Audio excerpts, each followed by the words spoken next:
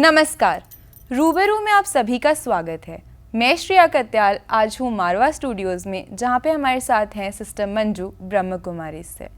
दोस्तों, हम सभी जानते हैं कि इस कलयुग के एरा में हमारी आत्मा की जो शक्ति है वो बहुत कम होती जा रही है। आसपास इतनी नेगेटिव फोर्सेस हैं जो हमें वीक करते जा रही हैं। तो आज हम मंजू दीदी से जानेंगे कि इस परिस्थिति में हम क्या करें, किस तरीके से शांत रहें, अपने आप को शांति बनाए रखें अपने अंदर और प्यार फैलाते रहें। ओम शांति। आपका यहाँ स्वागत है।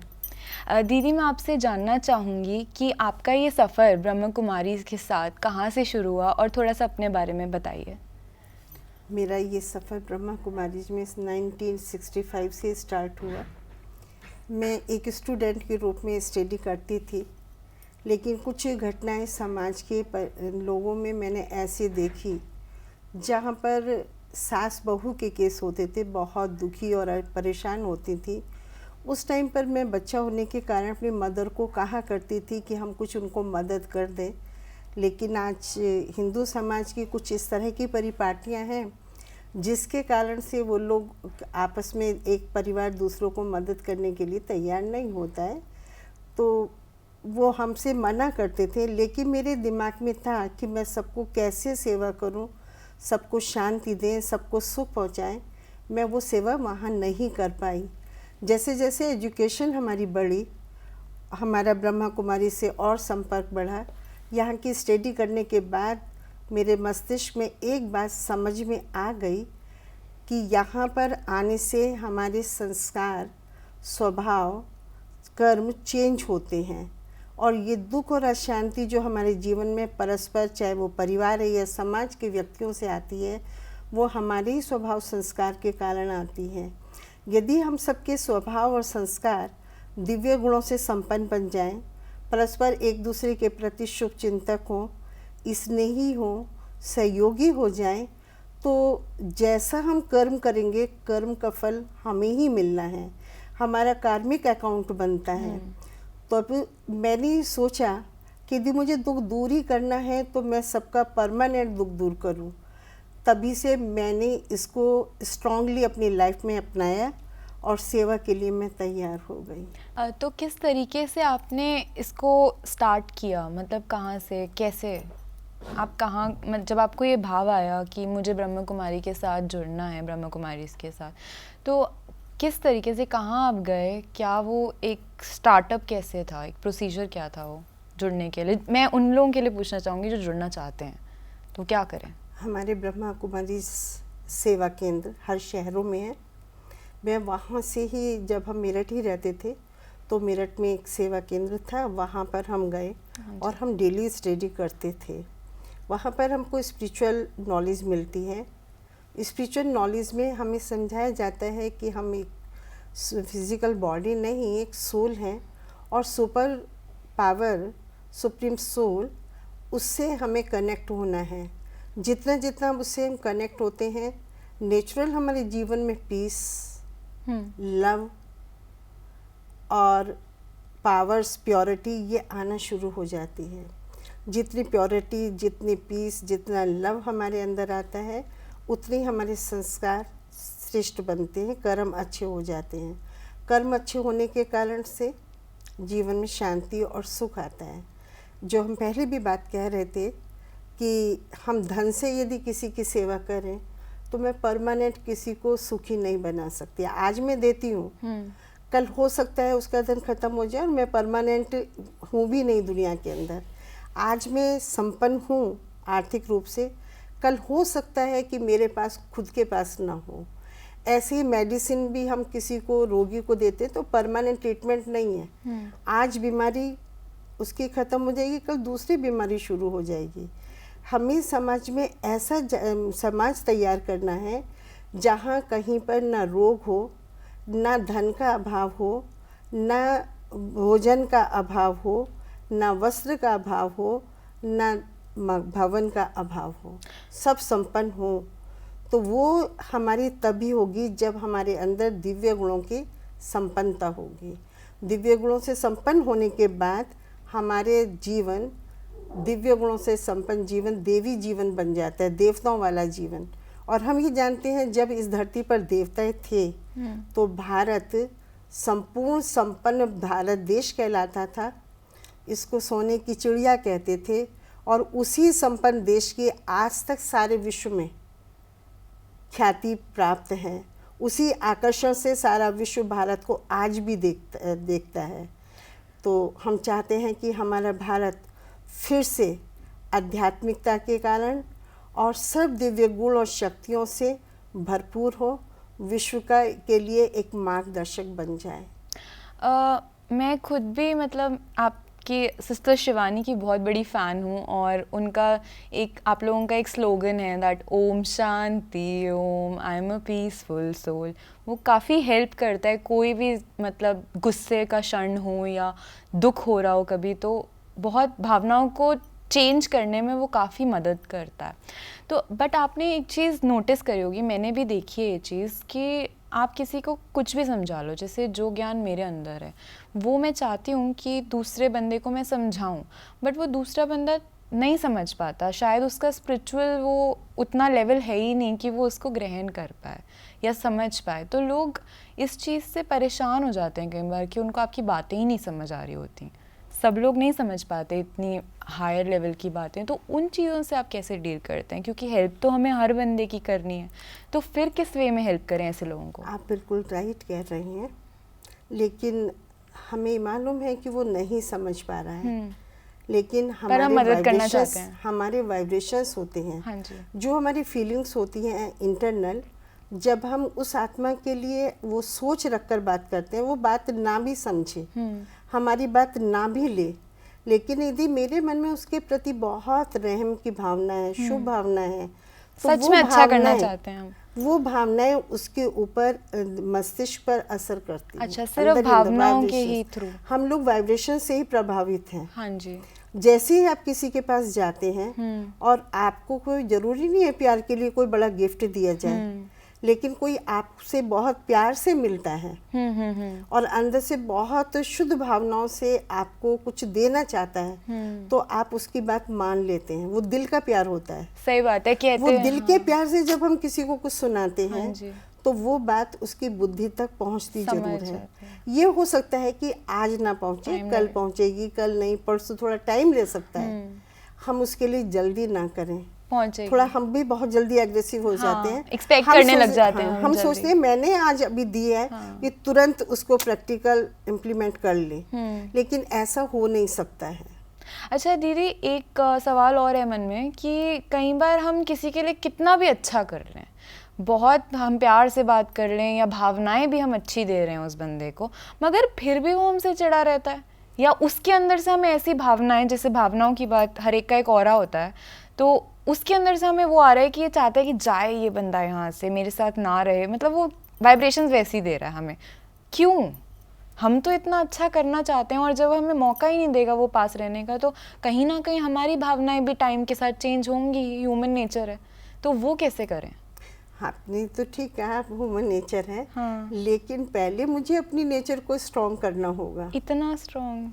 उसकी वो गलत पे गलत करते जा रहा है। हम उसकी गलतियों को काउंटिंग कर रहे हैं। हमने उसकी ओरिजिनल अच्छाई नहीं देखी है। अच्छा। ऐसा कोई हो नहीं सकता दुनिया में कोई अच्छा ना हो। हर एक परमात्मा की रचना में हर आत्मा के अंदर कोई ना कोई विशेषता जरूर होती है। हम यदि उस विशेषताओं को कैच करेंगे और उसको उस विशेषताओं को अनुभव कराएंगे उसको, तो वो आत्मा सुनेगी और आगे बढ़ेगी। आपने देखा होगा जब कोई व्यक्ति डूब जाता है, पूरा व्यक्ति डूब चुका है, हमें मालूम है अब ये नहीं निकलेगा, लेकिन कोई भी बॉडी का पार्ट या उसके ड्रेस में से या उसके हेयर, कोई भी चीज़ हमें दिखाई दे जाए तो हम उसको बाहर विड्रॉ कर सकते हैं। ऐसे ही वो व्यक्ति बुराइयों में इतनी बुरी तरह से फंस चुका है, हम सोच रहे हैं कि शायद नहीं निकलेगा। यदि हमें उसको एक अच्छाई समझ में आ जाए, हम अच्छाई अपना दृष्टिकोण पॉजिटिव बनाए, ये आत्मा अच्छी होने वाली आत्मा है, इस आत्मा के अंदर ये विशेषता है, ये व्यक्ति ऐसे ऐसे अच्छाई से काम करता है, जो भी उसकी खूबी है उस खूबी को हम डेवलप करना शुरू करते हैं। एक अच्छाई दूसरी अच्छाई को लेकर जरूर आएगी। ये एक नियम है। मेरे साथ तो ऐसे होता है कि मैं खुद भी बहुत ज़्यादा जल्दी फील कर लेती हूँ, तो इन केसेस में जैसे कहते हैं कि अगर कोई आत्मा आपके साथ अच्छा नहीं करना चाहती है और वो बार बार आपको गलत वाइब्रेशंस दे रही है, तो आपकी आत्मा की शक्ति कम हो रही है। तो मैं तो बस यही करती हूँ तो कि हमारा काम उस टाइम पर होता है, अपने आप को अलग कर लेती हूँ। नहीं, अलग करने से तो काम नहीं चलेगा हमारा। हम कब तक और किस किस से अलग करेंगे? नहीं, उन पर्टिकुलर लोगों से नहीं, पर्टिकुलर जो तो मेरी हम आत्मा जहाँ की जाएंगे, शक्ति हर कम एक के कर अंदर रहे हैं। कहीं ना कहीं कुछ ना कुछ कमियां सभी के अंदर हैं। हमें उनकी कमियां देखते हैं तो हमारी कमी कम हो रही है।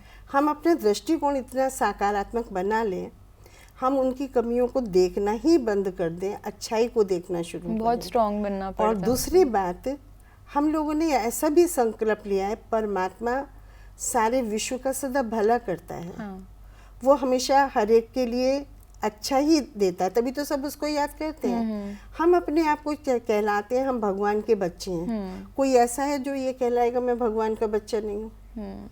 वो भी भगवान का बच्चा है। तो जो काम परमात्मा कर रहा है, भगवान ही मैंने ये संकल्प लिया है, मुझे उसका सहयोगी बनना है। हाँ। मैं उसके हर काम में सदा सहयोगी बनूंगी। तो जब वो हम जैसों को सुधार सकता है, तो क्या उनका हम उसके इंस्ट्रूमेंट साथ मिलकर हम उस आत्मा को नहीं सुधार सकते? सही बात है। वो भगवान कहते हैं ना, भगवान जो शब्द है वो ही भूमि, अग्नि, गगन और वायु और नीर से बना है। तो हम सब भी इन 5 एलिमेंट से बने, तो हम सब भी एक तरीके से भगवान का रूप है। कर हम उसके बच्चे हैं। बहुत स्ट्रांग बनना पड़ेगा। स्ट्रांग तो आप हैं ही हैं। परमात्मा बहुत स्ट्रांग है। वो हमारी कमी कमजोरी से क्या कभी उसको गुस्सा आता है? नहीं, तो हम भी कितना करते शिव हैं। जी की भी तो तीसरी आंख खुल जाती है। शिव जी की जो तीसरी आंख खुलती है, हमने दूसरे रूप में ले लिया। अच्छा। तीसरी आंख का मतलब होता है यहाँ पर समझ, क्योंकि जब भी मनुष्य की तीसरी अच्छा, आंख वो यहीं गुस्सा पर नहीं है? नहीं खुलती है, तीसरी आंख यहाँ पर दी जाती है, समझ। हाँ जी। जब हमारे अंदर समझ आ जाती है तो फिर हम गलत काम नहीं करते ना, तो हमारे गलत काम खत्म करता है। परमात्मा कल्याणकारी है, वो ऐसा कोई काम नहीं करेगा जिसमें हमारा कल्याण समाया हुआ हो। वो हमें दिव्य नॉलेज देता है, नॉलेज देकर हमारे अंदर दिव्यता लाता है और हमारे अंदर जो आश्रित स्वभाव संस्कार है उनको नष्ट करता है। जब वो दिव्यता आ जाती है तो हम देवी गुणों से संपन्न बन जाएंगे। और जब सभी देवी गुणों से संपन्न होंगे तो कोई किसी को दुख देगा ही नहीं, क्योंकि सुनाते ना राम के राज्य में सब सुखी ही सुखी थे। आज तक गायन है, कहते हैं देहिक देविक भौतिकता पर राम के राज्य में कहूँ न व्यापा। तो जब वहाँ दुखी नहीं होता है तो क्यों नहीं दुखी होते हैं? क्योंकि जब हम आत्मा सतो प्रधान दिव्य गुणों से संपन्न है तो हमारी तरंगों से मनुष्य तो मनुष्य, प्रकृति के 5 तत्व भी सतो प्रधान बन जाते हैं। ये हमारे यहाँ प्रैक्टिकल करके भी देखा गया है, खेती भी की जा रही है इससे। अच्छा।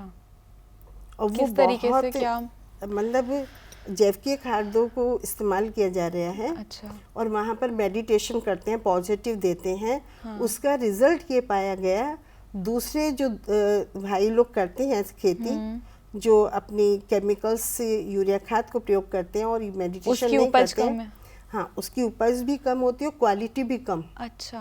हमारी क्वालिटी क्वांटिटी दोनों ही बढ़ रहे हैं। वो वाइब्रेशन से वो भी ग्रहण करते हैं, तो क्या चेतन आत्मा नहीं ग्रहण करेगी? सही बात है, बिल्कुल सही। लेकिन पहले हम अपने आप को तो पॉजिटिव बना लें। हम पहले ये बात रख लेते हैं ये तो मेरी कभी सुनता ही नहीं है। हाँ, माइंडसेट ही वैसा मालूम है ये सुनेगा नहीं, मैंने पहले भी कहकर देख दिया रखा है इसको। थॉट्स पहले ही मैंने उसके लिए ये इमेज बना दी, तो मैं उसको ये वाइब्रेशन दे चुकी हूँ, आप नहीं सुधरोगे और वो नहीं सुधरेगा।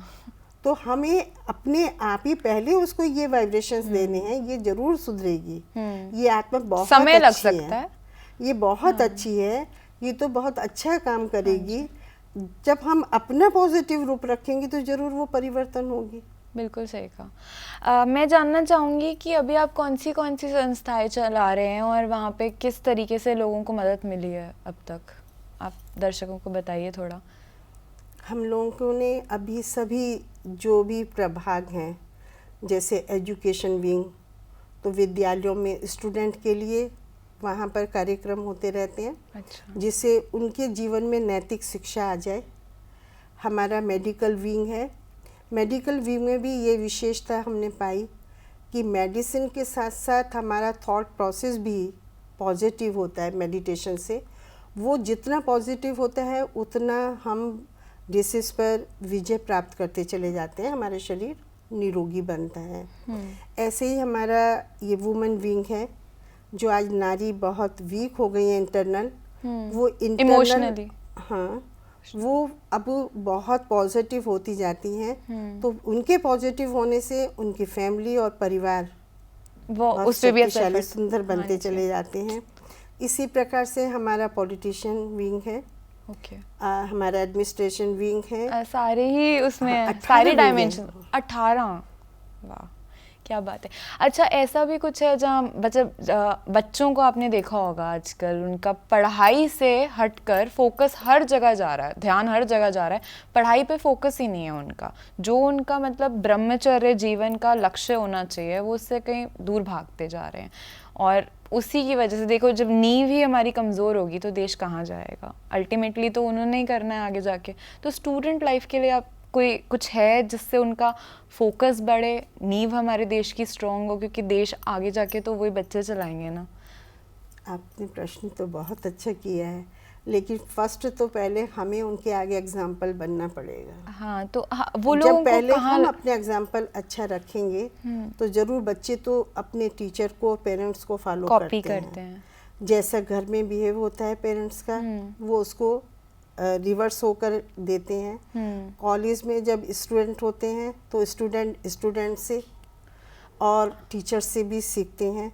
अब हमारे बच्चे ही तो जाकर स्कूल में दूसरों को सिखाते हैं। आजकल ना वो मतलब पढ़ाई से हमें तो फॉलो कर ही रहे हैं, बट अगर उनके तो हमें पहले से खुद ही पेरेंट्स, हम ही तो पेरेंट्स हैं उनके। हाँ जी, बट वो उनका हमने ध्यान अपने 2 पेरेंट्स बच्चों को नहीं सुधार रहे। हम समझते हैं हमने 2 बच्चों को सुधारा तो हम बहुत सारे बच्चों को सुधारेंगे, क्योंकि वही बच्चे जाकर आपस में एक दूसरे को भी तो गाइड करते हैं। हाँ, पर मेरा सवाल ये है कि वो लोग का ध्यान इस वजह से भटक रहा है क्योंकि आजकल हमारे पास बहुत सारी चीज़ें हैं। टेक्नोलॉजी वाइज भी अगर आप देख लो कि कंप्यूटर है, बाहर नहीं खेल रहे, अपने लैपटॉप पे लगे हुए हैं या टीवी पे लगे हुए हैं, इधर उधर भटक रहे हैं।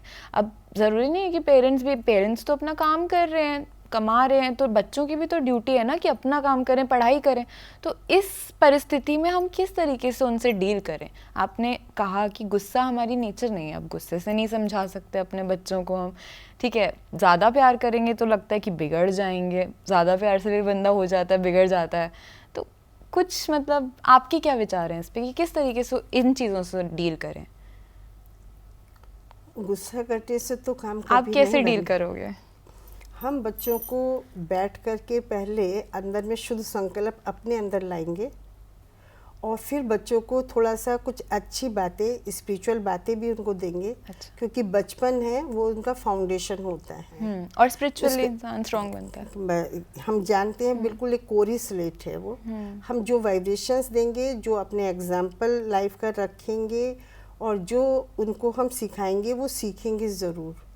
भले लैपटॉप है, टीवी है, जो भी वो पिक्चर्स देख रहे हैं उसका भी उस पर असर आता है, लेकिन उसमें हम उनको अच्छे सीरियल भी दिखा सकते हैं, गाइड कर सकते हैं। हाँ। उसको डेली हमें भी देखना पड़ेगा साथ में बच्चे क्या चीज़ देख रहे हैं, उनको गाइड करेंगे कि बेटे ये अच्छा है, मतलब ये बहुत अच्छा है, आप इसको देखो, इसमें क्या है। आपने थोड़ा सा देखा, बेटे थोड़ा सा इधर देखना। हम उनको प्यार से कहें। हम उनको भाषा क्या बोलते हैं, तुम यही देखते रहते हो हमेशा, तुम्हें कुछ और नहीं आता है देखने को, थोड़ा चेंज कर दो, चेंज कर दो। हम खुद चेंज करवा कर उनको बताएं इसमें इतना बेनिफिट होगा तुम्हें। तुमने अच्छा, उसका बेनिफिट उसको बताएं। अच्छा। और उसको बार बार आकर्षण दे, देखो इसमें ये बेनिफिट है, इसमें ये बेनिफिट है। अच्छा। तुमने ये देखा है, हाँ जी। अब अच्छा आपकी बार ये देखना, उसमें ये चीज़ बहुत अच्छी आई है। हमने अभी देखा है हमारे जो आश्रम पर आने वाले भाई बहन हैं वो अपने बच्चों को अब शिवानी बहन का सुनाना शुरू किया है। छोटे छोटे बच्चे, एक 5 इयर्स का बच्चा, वो कहता है मम्मा अभी तो शिवानी दीदी ने कहा था ना गुस्सा नहीं करना, आपने मुझको गुस्सा किया है। तो वो रिमाइंडर मिल गया। मेरे अंदर भी गुस्सा आ गया है। हाँ। मम्मी प्लीज गुस्सा नहीं करिए। अब बच्चे ने क्या किया, रिमाइंड करवा रोका, हाँ, अपने को भी रोकने के लिए, मम्मी को भी। सही बात तो है। चेंजेस हमारी एक से नहीं आएगी, सबके सबसे आएगी, collectively मिलने आएंगे, से आएगी। हाँ। तो हम सिर्फ बच्चों को चेंज करना चाहते हैं। हमें मालूम है तुम्हें टीवी नहीं देखनी चाहिए, नहीं, वो तुम्हें बड़े ये नहीं होके, करना वो बड़े चाहिए। होके थोड़ी इंसान हम में पूरा ईगो आ जाती है नेगेटिव ना। उसको बातें दे रहे हैं, बार बार हम उसको यही बोलते तुझे ये नहीं करना चाहिए, तू ऐसा करता रहता है।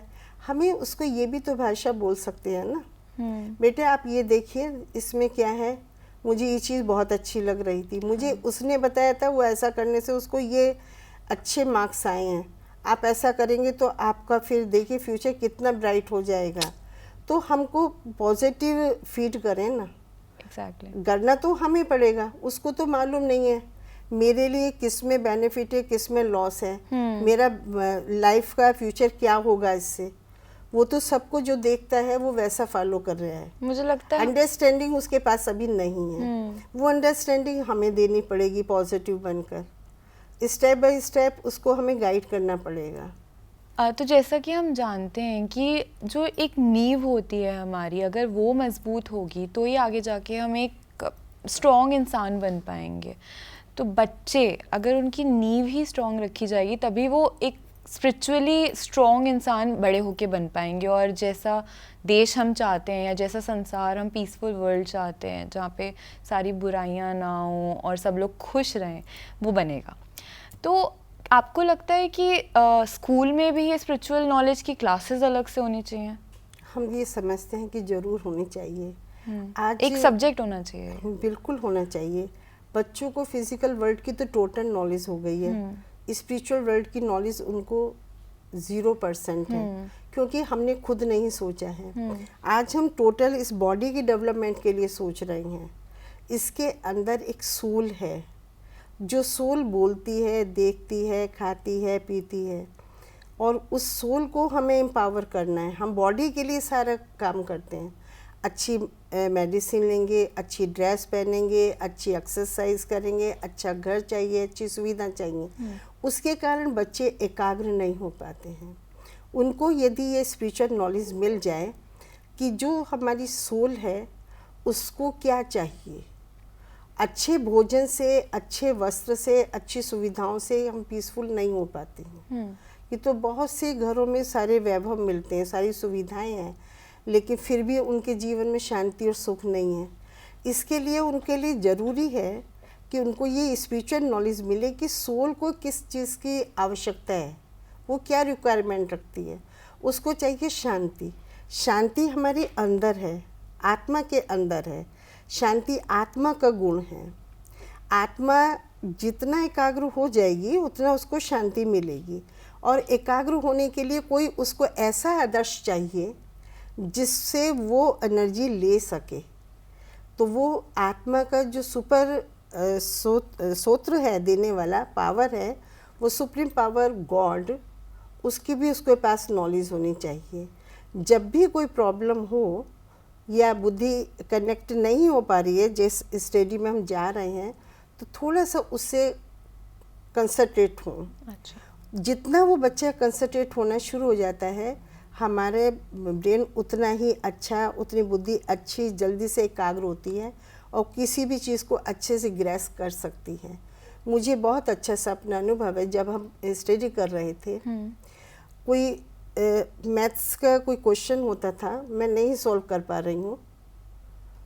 मैंने बहुत कोशिश की, क्योंकि जिस टाइम पर हमने स्टडी की उस टाइम पर इतने ट्यूटर नहीं होते थे, हमें सेल्फ स्टडी करनी होती थी।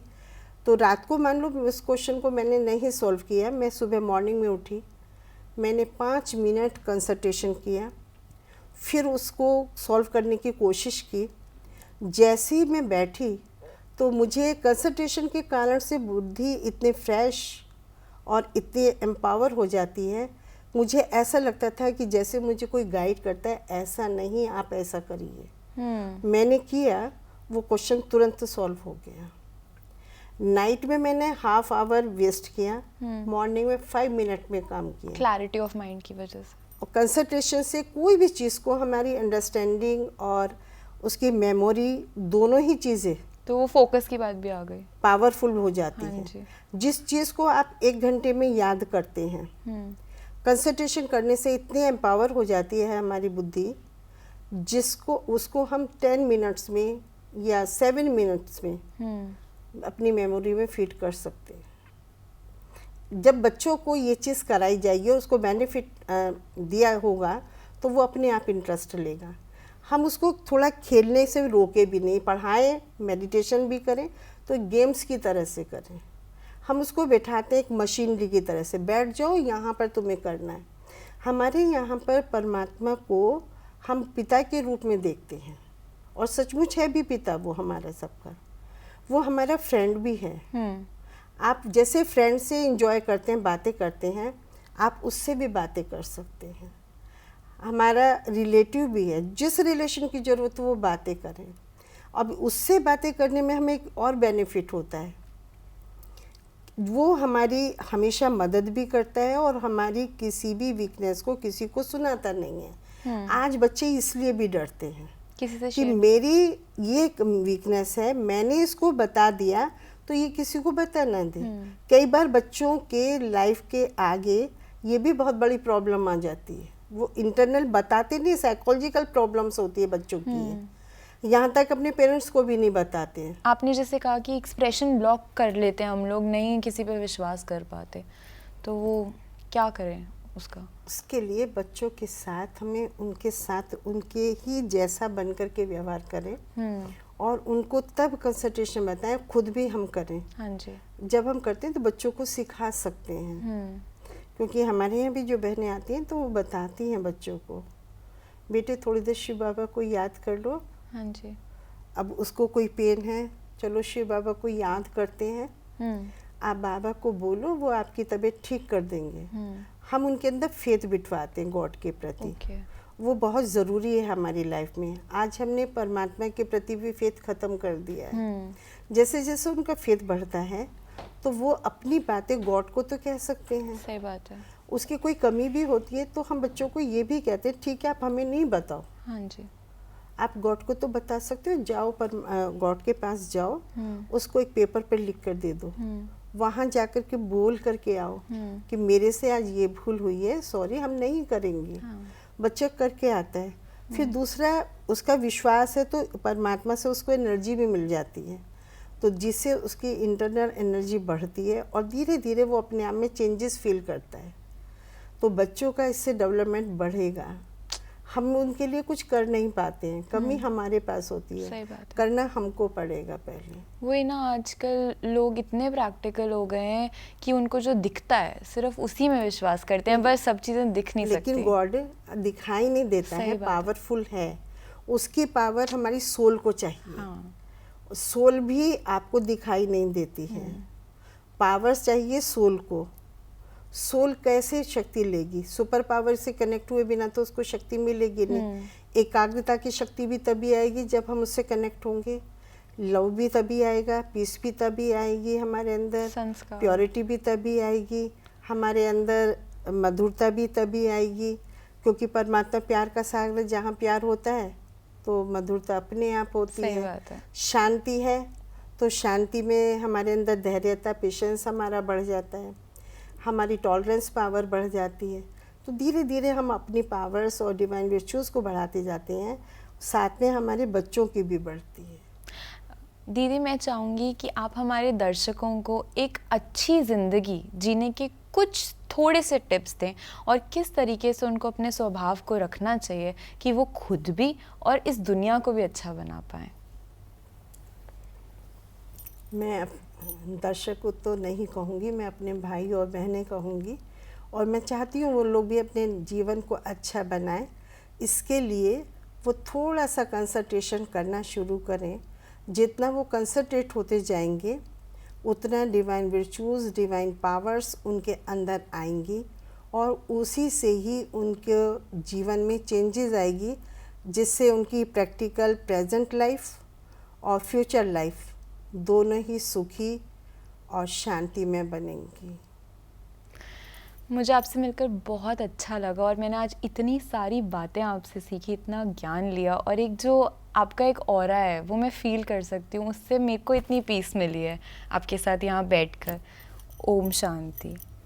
तो दोस्तों, जैसा कि हमने देखा कि हर आत्मा की जो ओरिजिनल नेचर है वो शांति की है, प्यार की है।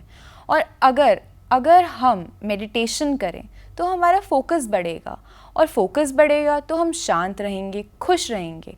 जब भी आपका मन कभी भी डिस्टर्ब हो ना, तो बस एक मंत्र है, ओम शांति Om, I am a peaceful soul.